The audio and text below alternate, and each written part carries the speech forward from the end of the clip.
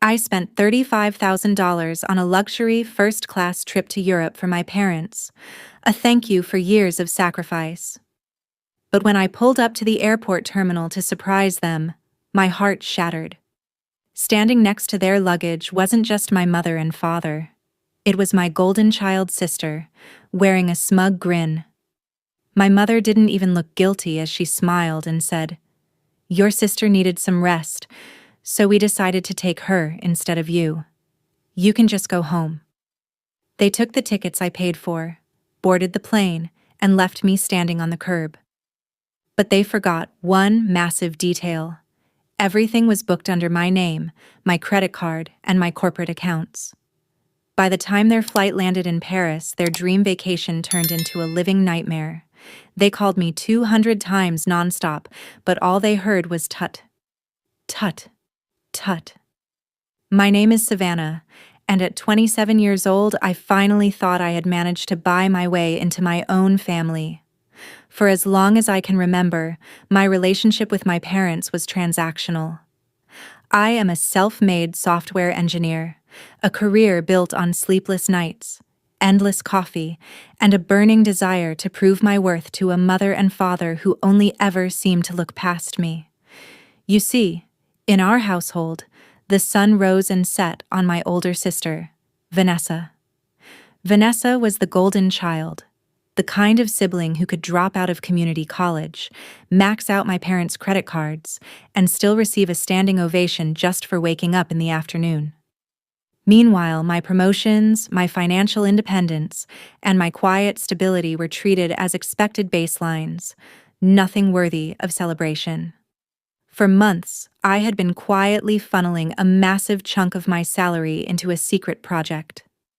I saved exactly $35,000 to surprise my parents with a luxurious, all-expenses-paid 2-week vacation to Europe. It wasn't just a trip. It was a curated masterpiece of business-class flights, private drivers, and 5-star boutique hotels. I naively believed that by flying them across the world with me, by providing them with ultimate luxury, I would finally hear the words I had been starving for my entire life. "We are proud of you, Savannah." I packed my bags, filled with hope, completely blind to the heartbreaking betrayal waiting for me at the airport terminal.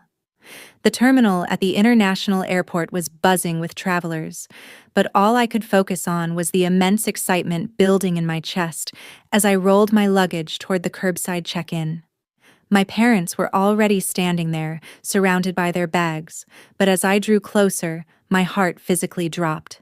Standing right beside my mother, adjusting her expensive sunglasses and looking utterly bored, was Vanessa. I froze in my tracks, my mind scrambling to make sense of what I was seeing. Vanessa wasn't supposed to be here. This was supposed to be a special bonding experience for just my parents and me. Before I could even open my mouth to ask what was going on, my mother turned to me, offering a breezy, completely unbothered smile. "Oh good, you're finally here, Savannah," she said, her voice dripping with casual dismissiveness. "Your sister has been under so much stress lately, and she desperately needed some rest, so we decided to take her with us instead of you.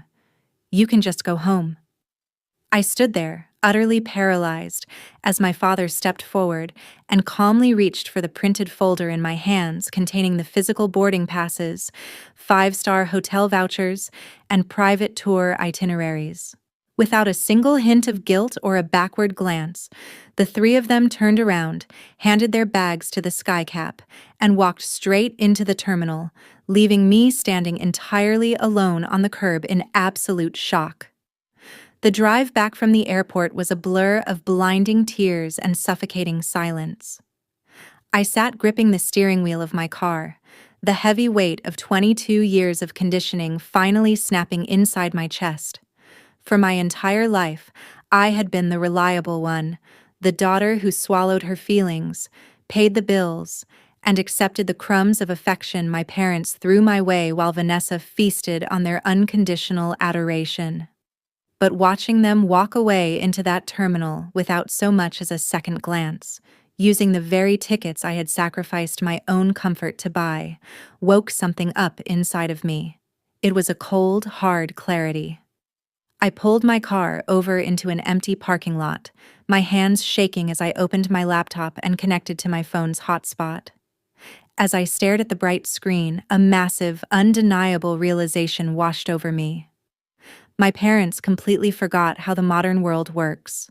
They thought they had successfully stolen a luxury vacation, but they didn't realize that every single piece of this trip was bound entirely to me.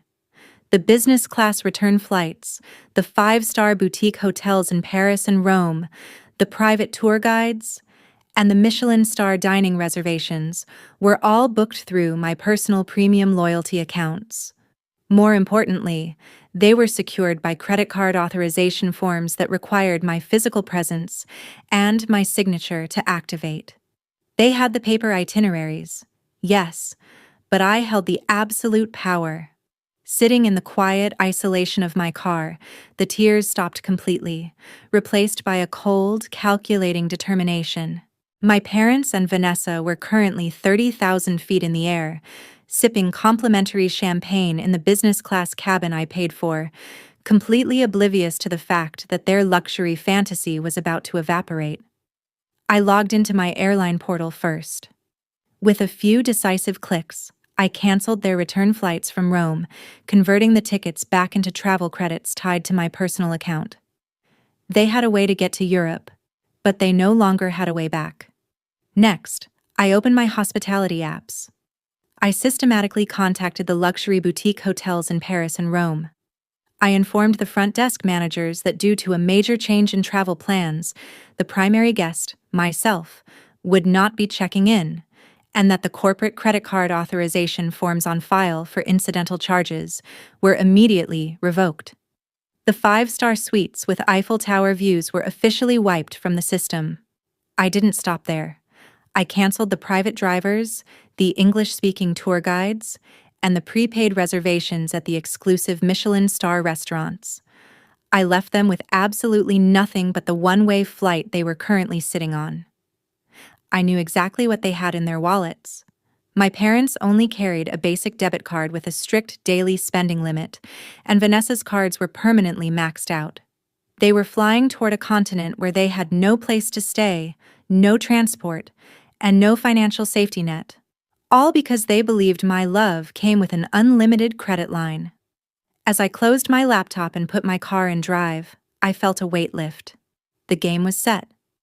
9 hours later, the flight carrying my family finally touched down at Charles de Gaulle Airport in Paris. It was late afternoon over there, and I knew exactly the moment they stepped off the plane, filled with the arrogant expectation of being swept away into a world of high-end luxury. They confidently marched through customs, collected their heavy designer luggage, and navigated the bustling terminal toward the ground transportation area, expecting a private chauffeur holding a sign with our family name to be waiting for them. Instead, they found absolute chaos. When no driver appeared, they were forced to drag their bags into a standard airport taxi, paying out of pocket with their limited cash. But the real shockwave hit them the moment they arrived at the majestic five-star hotel lobby. My mother smoothly glided up to the front desk, flashing her passport and demanding the keys to our premium suites. The receptionist tapped on the keyboard for a moment, looked up with a practiced, neutral expression, and calmly informed her that the reservation had been canceled hours ago by the primary account holder. Worse, when my father angrily threw down the emergency credit card I had previously given him for emergencies, the machine flashed bright red. Declined. They were suddenly stranded in the middle of a foreign country, surrounded by mountains of luggage, with absolutely no place to stay. Right on cue, my phone began vibrating violently against the coffee table in my quiet apartment. It was my mother, then my father, then Vanessa. The screen lit up over and over again, with a relentless barrage of frantic incoming calls and furious, caps-locked text messages demanding to know what was wrong with the cards. I didn't shed a single tear. I calmly flipped my phone face down, engaged "Do Not Disturb," and let it ring. All they heard on the other end was tut, tut, tut. I let 24 hours of absolute silence pass before I finally decided to flip my phone over and look at the damage. The screen was a chaotic wall of desperation, showing over 200 missed calls, frantic voicemails, and increasingly unhinged text messages. Just as I was putting my coffee mug down, the phone began to vibrate again, lighting up with a strange, unfamiliar international number. I took a deep breath, pressed the green accept button, and quietly placed the phone on speaker. Immediately, my father's voice boomed through the line, completely breathless and shaking with unbridled rage, while my mother's loud, hysterical sobbing echoed clearly in the background. "Savannah, what on earth have you done?" he roared, not even bothering to ask how I was doing. "There has been a massive mistake with the reservations. The hotel turned us away, your emergency card is completely blocked, and we've been forced to spend the night in a disgusting, cramped youth hostel on the outskirts of the city. Vanessa is absolutely traumatized and throwing up from the stress. You need to call the hotel and fix this right now." I listened to his screaming calmly, feeling a profound sense of emotional detachment that I had never experienced before in my entire life. "There wasn't a mistake, Dad," I said, my voice steady, cool, and entirely level. "Since you explicitly told me at the airport terminal that Vanessa deserved my luxury vacation more than me, I simply realized that my hard-earned money shouldn't be on the trip either. I paid for my parents to have a luxury experience with me, not to finance a getaway for a sister who treats me like a bank account." The line went dead silent for a few seconds as the crushing reality of what I was saying finally sank in. My father tried to sputter another furious insult, but I didn't give him the chance. "Enjoy the vacation you chose to share with her," I said quietly, and hung up the phone. It took my parents 3 grueling days of draining their own modest savings to secure expensive, last-minute economy tickets back home. When they finally landed, the smear campaign began immediately. They blasted frantic messages to our entire extended family, painting me as a heartless, ungrateful monster who stranded her elderly parents in a dangerous foreign country over a minor family misunderstanding. But the old Savannah, the one who would have wept and begged for forgiveness, was officially gone. I calmly sent a group chat to the entire family containing a single screenshot of the luxury itineraries they had happily stolen from me at the gate, along with the text message where they told me to go home. The flying monkeys went completely silent. I made the definitive choice to change my number and cut contact entirely. It has been a quiet adjustment, but for the first time in my 27 years, my life belongs entirely to me.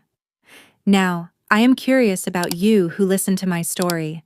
What would you do if your family pulled a stunt like that at the terminal? Comment your thoughts below. And meanwhile, I am leaving on the final screen 2 other stories that will definitely surprise you.